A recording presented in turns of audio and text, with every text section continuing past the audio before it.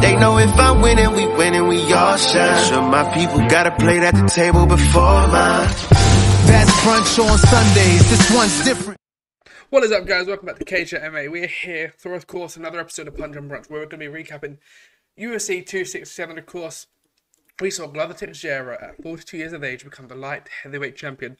We watched it live, of course, with my friend Gary from MMA Casuals. We did a watch along together on Saturday night. It was a fantastic evening and a fantastic event. But UFC 267 certainly delivered. It was on prime time in the UK and in Europe, of course. It was an earlier start for us. Obviously, this week we got UFC 268 back on the normal schedule for a start for us. But Saturday night, a wonderful card, and we saw Glover Teixeira at 42 years of age, the second eldest first-time UFC champion. Well, I think might be the eldest first-time UFC champion and the second eldest UFC champion. Obviously, Randy Couture's got a record. But Glover looked phenomenal, didn't he? 40 years of age. Now, there wasn't a lot of pressure coming into it. On him coming into the fight. A lot of it was on Jan Blachowicz, this younger guy, 38 years of age. And all the pressure was on him to make his first title defense and almost retire Glover Teixeira. Glover Teixeira was coming in, a lot of people saying he deserved the opportunity. There was a lot of good fortune and goodwill and, a lot of respect going towards Glover Teixeira. But not many people were thinking, you know what, he's probably going to walk out champion on Sunday morning. And not many people were thinking that at all, I don't think. And he came out. And he shocked Jan Blachowicz, didn't he? Obviously, Jan Blachowicz, after the fight, came in and said he left the legendary Polish power back in the hotel. And I think there was an element of truth to that, whether it was the lights, whether it was, he just feeling poor on that day. And, his game plan didn't come through and he just didn't turn up on the night. I think there's an element of that. But I also think there's an element of, it was just Glover's moment. Glover looked fantastic from round one, where he took Jan Blachowicz down and, dominated that round, just kept him there. Jan Blachowicz not really looking to get up on, get back to his feet and utilise that Polish power he's got. Nor did he, look to transition and make any submission attempts. He just sort of laid there, which is fine for a 5-round fight. It would be a lot different in a 3-round fight because then you've got to win the next 2 rounds. In a 5-round fight, you can take the first round off because you've still got 4 to work with. You can even lose the second round and still win a comfortable unanimous decision. And maybe that's where his mind was going, because he probably knew he didn't have it in the tank, or at least in the mental capacity. He wasn't there. He wasn't checked in on Saturday night at UFC 267 in Abu Dhabi, of course. But Glover checked all those boxes, didn't he? And obviously came in that second round. Huge left hook landed on Jan Blachowicz, and of course we then saw the takedown and the submission and a quick tap. But I'm not going to talk about the quick tap. We don't know why, Jan Blachowicz tapped. Obviously it wasn't a dive. There's nothing shocking there or anything that needs to be looked into by commissions, etc. We'll talk about the referee, and that had to be looked into, definitely. But in the main event, at least, there was nothing that I thought, a bit dodgy there. I just thought maybe Jan Blachowicz had a bad night before that, and ultimately, that Glover Teixeira had probably the best night of his career.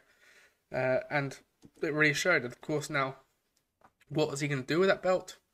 Obviously, he's going to make one defense. It looks like it's against Jiří Procházka. Obviously, Jiří Procházka was in attendance.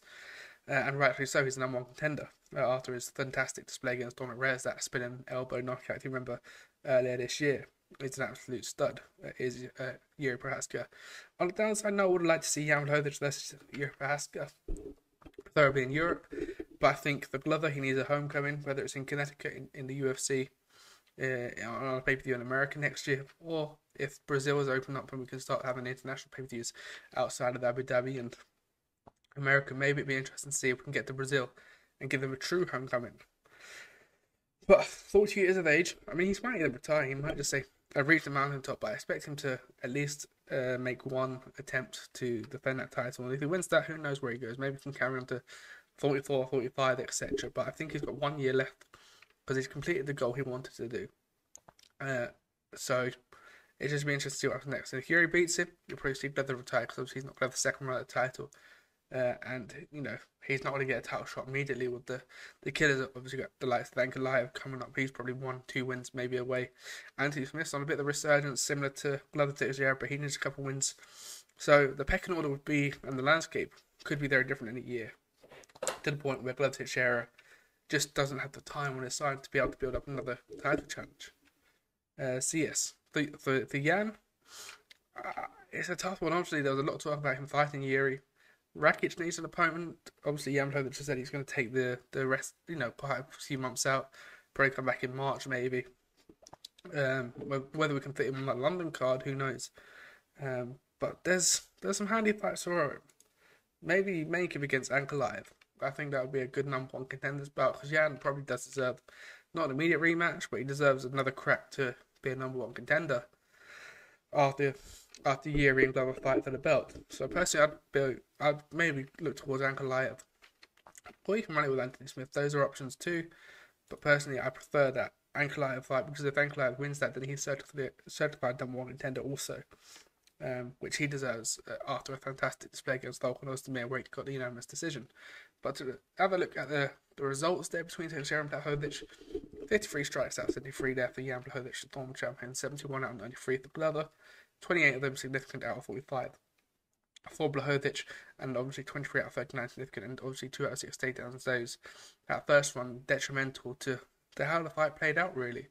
He got him down there for 3-4 minutes of control time, and obviously the second one managed to transition into the finish, and we have #ANNEW light heavyweight champion, which was fantastic. We had Petr Yan become interim bantamweight champion, of course, against Cory Sandhagen. Give us a fight of the year contender. Definitely fight at night. Earned that 50k, I believe, and rightfully so. Both of them came out and gave us their very best versions of each other. Now, I don't know if Petr Yan is just a naturally slow start, because we saw Cory Sandhagen look very good in that first round. He could maybe Cory Sandhagen, obviously, he's a fantastic competitor. Maybe you think, he's going to win this one. He's looking to get Petr Yan out there. Maybe Petr Yan's not showed up. But as soon as that second round started, it was all Petr Yan from then. Hence why he won the fight 4 rounds to 1, 49-46 on the scorecards. He got, obviously, Cory Sandhagen got dropped in the third round, but he just picked up the pace. Now, I do think, he was neck and neck with Jose Aldo until Petr Yan said, you know what, I'm Petr Yan here, I'm going to win this belt. And he poured it on Jose Aldo, and Aldo at the time couldn't live with it. I don't think he could still live with it, at a second attempt, with the resurgence of Jose Aldo also. But Petr Yan in particular, very impressive. Cory Sandhagen also impressive, but unfortunately, he's lost to the champ, he's lost to the interim champ, and he's also lost to the #1 contender in TJ Dillashaw, albeit a close fight. It's still a loss in his record. So it's 3 losses against the elite competition in that weight class. He did look good. He didn't look like he was out of his depth. He didn't look like he was, fights at two opposite ends of the rankings. It looked like a close competitive fight where we just saw the better man in Petr Yan, really come out and shine, and might become, interim bantamweight champion. And hopefully we see that fight with Aljamain Sterling rerun, because let's be honest, although again this is maybe where the first round sort of slow start comes into it. Petr Yan and Aljamain Sterling had a good first round, and then Petr Yan took over there until the unfortunate illegal knee, which isn't Aljamain Sterling, so we can't discredit Aljamain Sterling's win, because it was Petr Yan's fault. So Petr Yan is still at fault for that, but he has, he's gone down the right path to be able to right those wrongs, and hope to get a rematch in February or March, depending on how Aljamain Sterling's feeling after surgery. Next surgery, of course, he had September, August time, which ruled him out of this fight. So yes, I'm interested to see how that fight happens, or if maybe Aljamain Sterling has to vacate the belt. Petr Yan was talking about fighting TJ Dillashaw. It's almost like he won the undisputed belt on Saturday night, and he's looking for his first contender to defend his second reign from. But of course, he's got to go and get the undisputed belt off Aljamain Sterling first. But let's have a look at the results. Of course, 158 strikes out of 280, 172 out of the fourth one, and there for Sandhagen, 149 significant for Petr Yan, 169 significant for Sandhagen. So he was slightly more effective with his strikes, but obviously he threw a lot more and missed a lot more with his unorthodox striking. And of course, he did get 1 out of 6 takedowns there, Cory Sandhagen also. But the boxer Petr Yan really took over the fight. He's got fantastic hands. He's got fantastic body kicks and leg kicks. He really is a fantastic all-rounder. He knows how to mix it up in the perfect style, where he's going up top and then he's going to the body, and then he's throwing in the odd inside leg kick here and there to really showcase his skill and his talent level in this division. Also, in my opinion, the best division in MMA. I think it's one of the closest divisions in the sport, or in the UFC at least, should I say. With who's in that division, obviously got Cheetah there and Frankie Edgar fighting this weekend. Fantastic matchup, but obviously both of them are quite a way down the rankings. So it just shows you how good this bantamweight division is. But for Petr Yan, fantastic performance. Apart from that first round, but again, I'd be interested to see how often those slow first rounds are. Whether it's just a part of this game of downloading the data and the unorthodox nature of Cory Sandhagen. Let's not forget he hadn't fought of someone like Cory Sandhagen, who has these traps, who can throw out a flying knee and a wheel kick. Obviously, Petr Yan threw out the wheel kick fantastically at the end of the fight. But Sandhagen is someone who's quite unorthodox to follow and pick up. So maybe it was just the fact of using the first round to get his reads, get his feints. The Sandhagen was lighting him up. He was lighting him up for the body, and you're thinking, as I mentioned earlier, Sandhagen's having a good night here, and then it just turned on its head like that. Now for Sandhagen, I was saying on the live stream, I'd like to see him maybe test featherweight. I'd like to see him against Yair Rodriguez. I'd like to see him against Zabit. If Zabit's going to be healthy and fighting, I'd like to see him against Brian Ortega. He's got the height for it. He feels maybe he can fill out a bit more. I don't know what his weight cut is down to 135. He's consistently made 135. There's never been issues about Cory Sandhagen making weight, I don't believe. But I'd like to see him maybe fill out 10 pounds, come up to 145. He's got the height for it, as I said, and a fight against Max Holloway stylistically would be incredible. But I think after Petr Yan's boxing, maybe we'll see Max Holloway's boxing, which is on a similar level in terms of the output at least, maybe puts Sandhagen away. Or at least, we're looking at Calvin Kattar sort of pictures in a fight between Sandhagen and Max Holloway, with all due respect to Sandhagen. But I definitely would like to see him in the future test out the waters at 145. You've got Korean Zombie up there, you've got Giga Chikadze up there. I think he can add 10 pounds of muscle to that frame, because he has got a lengthy frame. Who knows? But that would be the move I'd be looking for. Obviously, you've got Rob Font and Jose Aldo next in the bantamweight division in December. At least that's the next biggest matchup in this division. And I'd also like to see Rob Font versus Sandhagen. I'd like to see Aldo versus Sandhagen. Sandhagen's a great competitor. It's just unfortunate that he's the second or third best in this division. Maybe if Aljamain Sterling loses, you should rerun that fight back. Also, there's a lot of options for Cory Sandhagen. It's just unfortunate he got beat by a better man on Saturday night at UFC 267. And of course, that leads us on to Islam Makhachev, who gave us the most thrilling performance of the night. He absolutely dominated and dismantled Dan Hooker. Obviously, Dan Hooker coming into this fight with a lot of plaudits, a lot of praise, because he's taken the fight on short notice. Obviously, he fought at 266 against Nasrat Haqparast. Fantastic performance against an unranked opponent. Obviously, sort of dominated him over 3 rounds with his wrestling. And I think a lot of people think, Dan Hooker, the infinite resume between Makhachev and Dan Hooker. Dan Hooker's fought the better competitors. He's fought Dustin Poirier, but Felder. Michael Chandler made somewhat like work of him, but you put in the resumes next to each other, you go thinking, maybe Makhachev, he'd give me another test here, but he just absolutely blew that away. As soon as he got that takedown, it was pretty much game over for Dan Hooker. As a Dan Hooker fan, I was hoping, maybe get off here, maybe just survive the round, but Makhachev just done a fantastic game plan, fantastic performance, took him down, got an arm behind his back, and obviously sunk that Kimura. You're thinking, this isn't going to look good here, because we know Dan Hooker's a stubborn guy, he might not tap here. And it looked like he was going to get out, and then of course Makhachev put that leg over the head of Dan Hooker, and that's all she wrote. And you're now looking at a certified top 5. There's a lot of people questioning his status at that ranking, because he'd not fought anyone in the top 10. But beating Dan Hooker like that, you're certainly a top 4, top 5 competitor, as Islam Makhachev now is. And he's rightfully claiming shots at a title at Charles Oliveira. And of course, Oliveira and Poirier got a fight in December at 269.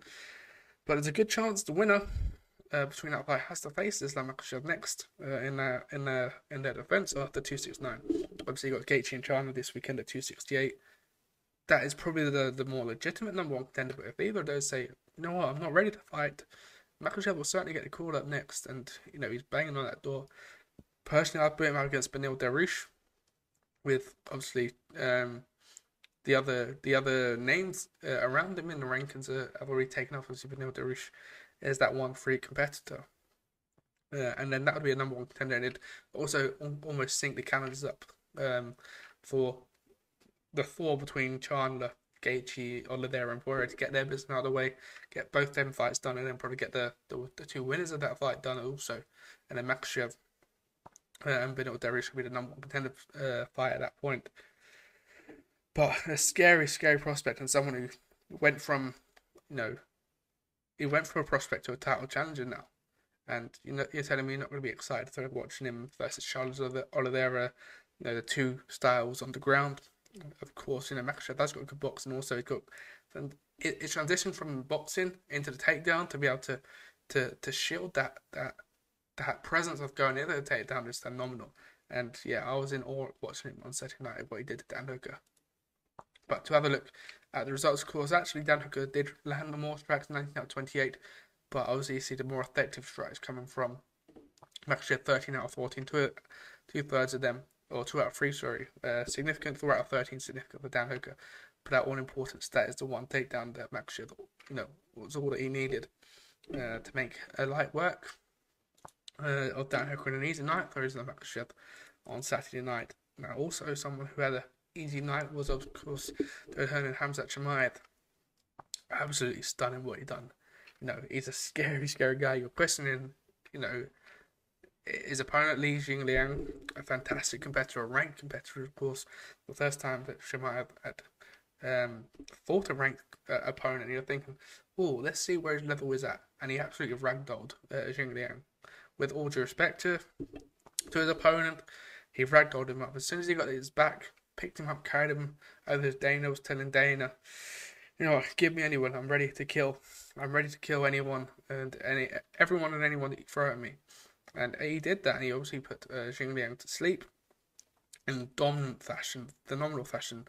Of course, he just returned from COVID. Obviously, he started the year calendared up with Leon Edwards. Those 2 were meant to fight 3 times. That fight was made. Each of them got COVID on separate scheduled dates. Meaning the fight got pushed back, and obviously there was talk about Khamzat Chimaev retiring. Some quite daunting pictures of him, coughing up blood, etc., and showing the effects of that COVID had on him. Of course, he was hospitalised also. But to see him make a comeback like that and waste absolutely no energy doing so, he was in and out very quickly. Made a light work of Jingliang, and you're now talking, how much higher do we push him? Do we give him a champion immediately? Do we give him the winner of those men coveted? Personally, if he gave me that option, and if that fight was made, I would definitely tune in. I'd be interested to see just where he's at. But personally, I would like to see him against. It'd be unfortunate to do this, but I'd like to see him against Wonderboy. You got Vicente Luque looking to fight Nate Diaz. It looks like they're going to be trying to make Chimaev versus Nate Diaz. Maybe just to get that star power from Nate Diaz, but Chimaev's got his own star power right now. The war or Boars is, he's one of the most trending prospects at the moment. You've got Paddy Pimblett, you've got Sean O'Malley, but Khamzat might just be, outdoing both of them right now with the performances he's putting. Obviously, 4 fights in the cage, 4 finishes in the cage, and 4 easy nights in the cage. With all due respect to his competitors that have stepped in there against him. But anyone who gets a call now, and the first sort of the line from Sean Shelby is, hey, do you want to fight Khamzat Chimaev? Everyone's going to be putting that phone, or should be putting that phone down straight away. But yeah, I've got the likes of, personally, I think if Leon Edwards, the loser between Leon Edwards and Masvidal might get a call and say, hey, do you want to fight Khamzat Chimaev? You got Steven Wonderboy Thompson, you got Neil Magny in there, all game opponents. But it's just, it's just where do we now filter in Khamzat Chimaev? Because he's certainly good enough to be in the top 10 of that division. And there's a good chance he's top 5 next as well with the competitors that are in there. But yeah, the future's bright for Khamzat Chimaev. Still, 28, 29, he's still got a lot of developing to do and a lot more of his career to display. But he's 10-0 now, undefeated, looked phenomenal on Saturday night, and really put everyone on notice. Once again, he's not just a flash in the pan. He's not just a prospect from 2020. He's here to stay for a long time, and we should get used to seeing Chimaev ragdolling people around in the octagon. Of course, we had After that, of course, between the two fights between Makhachev, the Makhachev fight and the Chimaev fight, should we say, we did have a Volkov fight versus Martin Tybura. Volkov coming out with a unanimous decision win. An okay performance from him. It was an okay fight. It wasn't it wasn't anywhere near Petr Yan and Cory Sandhagen, but it was a perfect fight in the middle of the Chimaev domination and the Makhachev domination. It was the perfect sort of intermission between the barn burning fights that we had. Of course, we had Ankalaev and Ozdemir open up the main card. We had a cracking prelims as well, which we'll get into in a minute. But it was a good fight and a good scrap, and it showed that Volkov is still top 6 of this division. And I was saying again on Saturday night, if you beat Volkov, you become a title challenger. And Martin Tybura is not quite there yet. Volkov's not quite the gatekeeper, but he's certainly the barrier of entry if you want any title aspirations in this weight class at the moment. It's unfortunate, he's lost to Derek Lewis. He's lost to a couple of names that he's looking above him, thinking, if scorecards or decisions, or if they'd not got knocked out by Derek Lewis with a couple of seconds to go back at 229, it probably would have been him fighting DC. And that could have been a very different fight with the height differences. Who knows? But we're here at this point now. But yeah, good win for Volkov against Tybura, who had put on a good performance against Walt Harris in his previous fight. And of course, we've got the prelims. Amanda Ribas did beat Werner Jan of course, unanimous decision. Tough first round there for Ribas. She ended up on her back, very much similar to Jan Blachowicz, but she came out on the side of it and got a unanimous decision win. Zabara Tukudov defeated Ricardo Ramos via unanimous decision.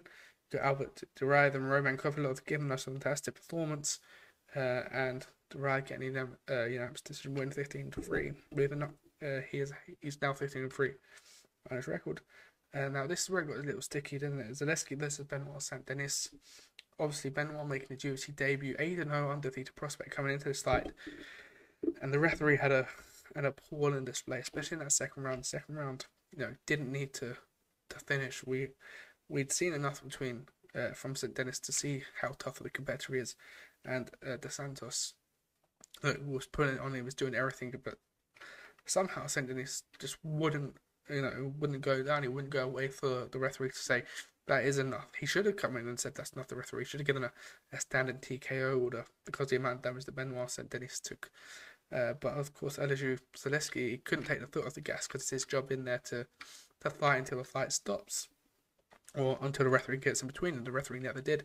And rightfully, the referee did get taken off duty for the rest of the night because it was supposed to be in the Ankalaev Ozdemir fight, but it was a really poor display, and hopefully Benoit St. Denis has a full recovery. Hopefully takes 6 to 12 months out, because he took a beating in that second round, and he came out for the third round and completed the full third round also. But I think it was 30-26, 30-25 on the scorecards. It was absolutely nowhere near it.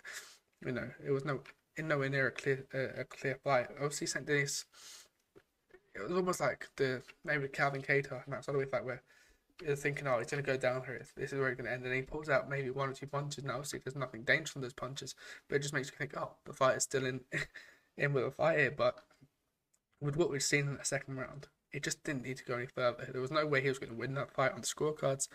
There was a very limited window of him winning that fight, which just was not going to happen because his gas tank had been emptied also. Now, I also put a lot of blame on the camp also. The camp said that he needs to look after their fighters a bit better. We don't see throwing in the towel much in MMA, if at all. It's very rare. Obviously, in boxing, it's a more common theme. But with this, I guess, with the fan base and maybe community MMA, we don't want that. We don't want to be seeing or fighters in camps want to be getting criticism for almost quitting and dropping out. But for the fighters' health and safety, in a particular fight of that magnitude and that discrepancy between skills on the night, the corner should say, at least at the end of that second round going into the third, go, right, we're not giving you those extra 5 minutes. You just took a beating for 5 minutes. We need to let you heal, recover, and we come back and fight another day. But yes, an unfortunate one there. Was it sound out on what was ultimately a good event? Obviously, Mikhail Electric defeated Khamzat, his first professional defeat, finishing that via uppercut. A fantastic win for him in the third round. And Leroy Murphy, the Miracle Man, come through once again. He's made WWE his home, hasn't he? He's thought there 4 times, and he's got 3 wins and 1 draw there, and looked absolutely phenomenal. Obviously, the first round didn't go his way. Amirkhani doing what Amirkhani does best, got the fight to the floor and controlled him on the ground, but he made the perfect game plan, the perfect change. Coming out second round, Amirkhani went for a takedown and got a knee flush to the head, and that was all she wrote. I was calling him Lee Romance, that was Saturday night, but a fantastic performance there. Obviously, Manchester top team representing. But it's time he got a ranked opponent now. He should be in the rankings right now, but the featherweight division is a tough division to break into at the moment. It's got some good names in there, but he certainly should have a number next to a name, or fighting someone with a number next to the name in his next fight, of course, which is probably going to be in London in March. The first time he's fought at home soil since making the move at the UFC, of course. And to round out the last 2 fights, so we've got Andrei Petroski winning by submission arm triangle. Of course, we had Ulanbekov winning a split decision against Nascimento, of course. So yes, fantastic card all around. UFC 267 certainly delivered. But we do move on to this weekend with UFC 268. We'll be doing a preview on Saturday, of course.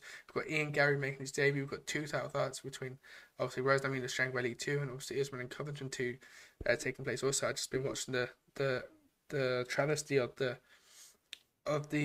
press conference. Some of the media members need a good look at themselves. They get their credentials and they waste it on asking shit questions, with all due honesty and due respect to them. So they've got a fantastic opportunity that many would cherish and thrive in. But unfortunately, sometimes we see the quote unquote media not take the press conference very seriously. They're there for clicks and numbers, which I guess what the game is about. But ultimately, you're there to contest a pay-per-view event, one of the biggest events that the MSG is going to see in recent times. Of course, one of the first with crowds making the first visit from MMA, at least, to New York. But yeah, we'll leave that till Saturday, of course. So make sure to hit that subscribe button, of course. Make sure to drop this video a like. And of course, make sure to go follow us on social medias at CageChat MMA across Instagram, Twitter and Facebook. And I'll see you guys on the next video.